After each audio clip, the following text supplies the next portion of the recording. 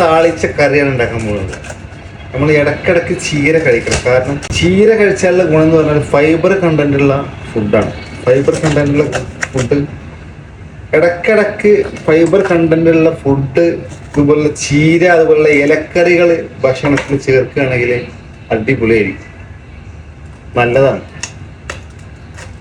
അപ്പൊ ചീര നമ്മളിങ്ങനെ അരിഞ്ഞുകൊണ്ടിരിക്കുകയാണ്.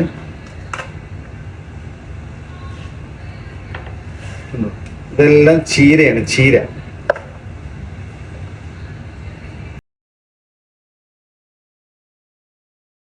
അപ്പൊ ഗൈസ് നമ്മൾ ചീര അരിഞ്ഞു കഴിഞ്ഞിട്ടുണ്ട്.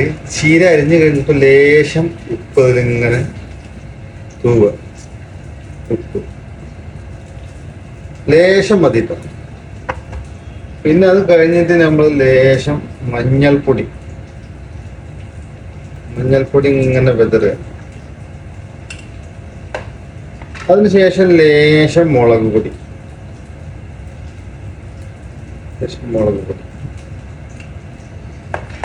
ഇത് കഴിഞ്ഞിട്ട് നമ്മൾ ഇങ്ങനെ നല്ല ഇങ്ങനെ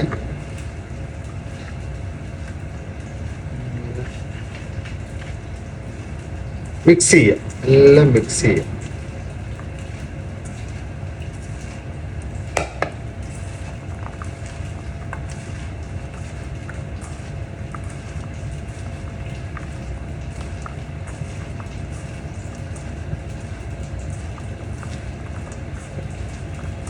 മിക്സ് ചെയ്തിട്ട് വേറെ സാധനങ്ങളും ആഡ് ചെയ്യാണ്ട്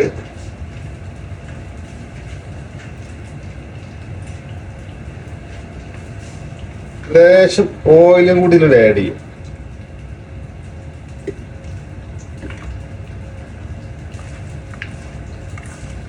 ആഡ് ചെയ്തിട്ട് ഇങ്ങനെ പിടിക്കുക.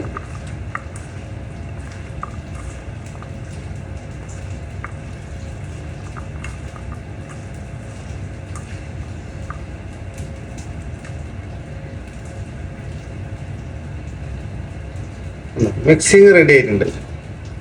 നേരെ അത് ഗ്യാസുമേട്ട് കയറ്റിയിട്ടുണ്ടെങ്കിൽ ഒരു 5 അല്ലെങ്കിൽ 10 മിനിറ്റ് കൊണ്ട് ചീര റെഡി.